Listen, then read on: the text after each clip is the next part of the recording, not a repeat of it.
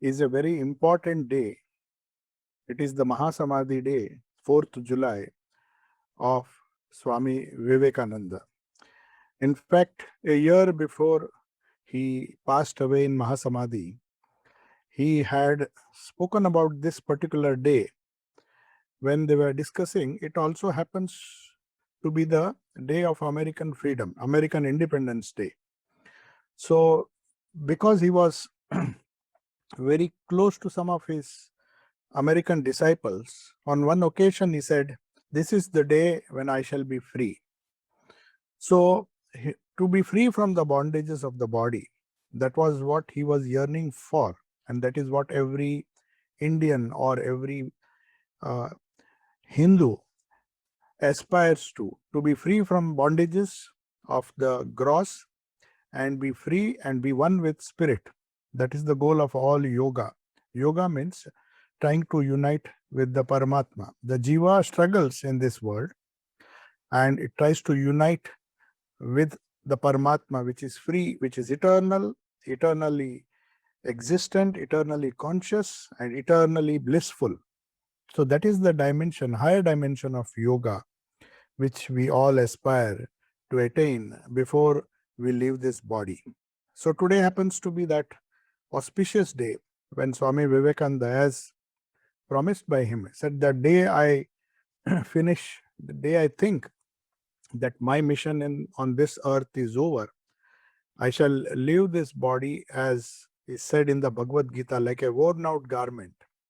So that is the confidence a knower, a true practitioner of yoga feels when he has to, at some stage of his life or the other, when he has to give up his body. The power of the spirit over the power of matter. That is what yoga aspires to empower an individual with. So today, on this momentous day, 4th of July, I've been asked to speak something on the Guru of Swami Vivekananda, Sri Ramakrishna Paramahamsa. All of us know about a little bit about his life. But to put in Swami Vivekananda's own words, Sri Ramakrishna, his own gurus, or Sri Ramakrishna Paramahamsa's life, especially in this age, was very significant because it came at a time when both the Eastern world, that is the Orient, as well as the Western world were undergoing a lot of transformations. So his incarnation is very significant. The why he came, what all sadhana he did, what was the significance of his life and message. To put briefly, I begin with a quote from Mahatma Gandhi, which sums up beautifully. He wrote an introduction. Normally, never wrote an introduction to any great personality. This was an exception when he was forced to write a nice introduction to the life of Sri Ramakrishna. He was very skeptical, he was very rational. And Vincent Sheehan mentions in his biography that he would not write an introduction to anybody's life, even his own guru. He did not write an introduction.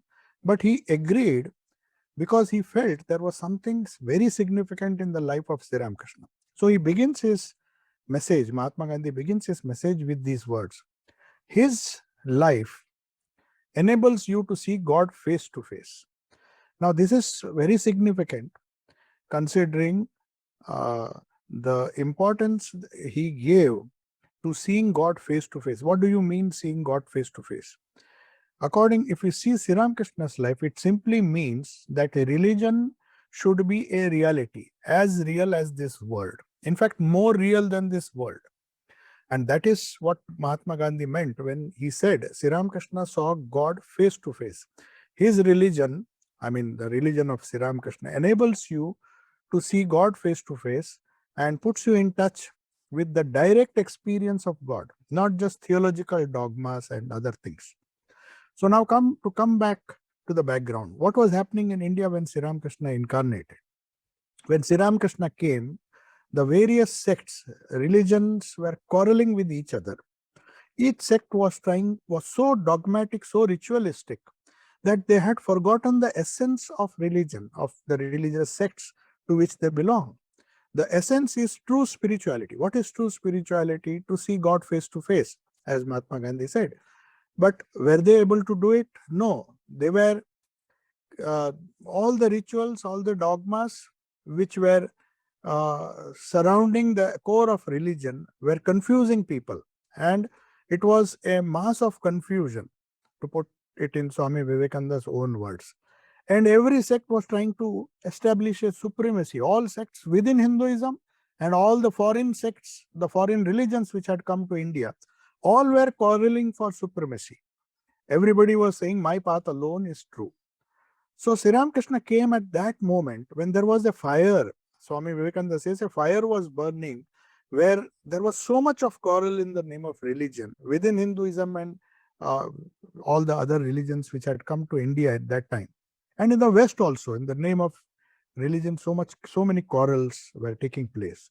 So his life came as a wonderful message. What are the essential points which we have to note about Sri Ramakrishna, his life and his message? He came for a certain purpose, to show what true spirituality is. So we'll begin with the first thing of Sri Ramakrishna's life. As of all of you know, he was born in 1836, the very year when Macaulay introduced a system of education trying to crush all spirituality and religion and uh, see that the Western ideas, the modern Western, so-called modern Western ideas would establish their supremacy over the entire empire, especially the India. So coincidentally, Sri Ramakrishna was born as a challenge to the Western materialism, to the gross wave of materialism which was about to sink India. So Sri Ramakrishna's first message, if we see Swami Vivekananda's wonderful writings about him, the first message when he was born in 1836, he passed away in 1886, hardly 50 years of his life. They are full of wonderful things, wonderful messages for the modern world and for eternity, not just the modern world, not only for the East, but also for the West. For Western civilization, for Eastern civilization, or for a mixture, a global civilization, he has a message. And he spoke in very, very clear terms. We have to be very frank when we talk about Sri Ramakrishna, because he was not an academician.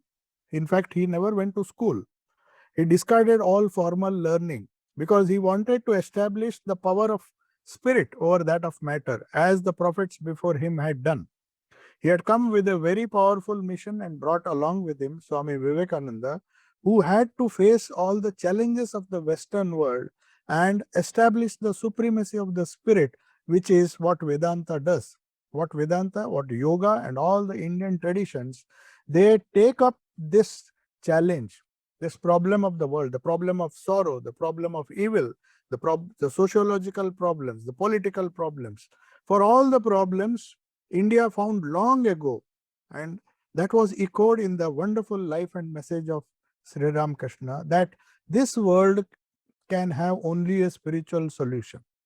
So spirituality, which is the essence of our Vedas, our Vedanta, that quest which began 3,000, more than 3,000 or 4,000 years ago in India, was to find a solution to the problems, whether it was Bhagwan Buddha, Mahavira, Tirthankara, all of them came, even Jesus Christ, who came on the, who was actually, people say, is an Oriental because he was born somewhere near the Middle East.